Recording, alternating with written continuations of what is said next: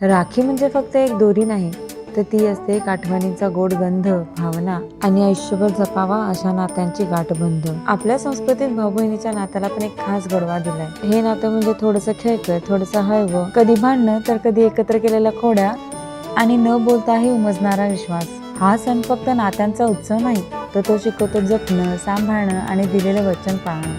आणि हीच शिकवण इवाला ह्या सणातून मिळाली तरी तिच्यासाठी हेच सर्वात मोठं गिफ्ट आहे. यंदा आमच्या घरी रक्षण सोहळा थोडा वेगळा होता. इवाने तिची पहिली राखी बांधली गणपती बाप्पांना, प्रार्थनेतून प्रेम, रक्षण आणि आशीर्वाद मागत, आणि दुसरी बांधली तिच्या बाबांना, तिचा पहिला आणि कायमचा बेस्ट फ्रेंड. या खास क्षणाला आणखी अर्थ मिळावा म्हणून आम्ही निवडलं अर्थपूर्णाकडून आलेले खास राखी आणि लाडूचे बॉक्स. ही होती सेड राखी, जी राखीनंतर मातीत पेरता येते आणि मग तिच्या धाग्यासारखीच रुजवते एक नवं नातं निसर्गाशी. सोबत मिळाले रागी, सत्तू आणि डिंकाचे हेल्दी लड्डू, गोडही पण गिल्ट फ्री.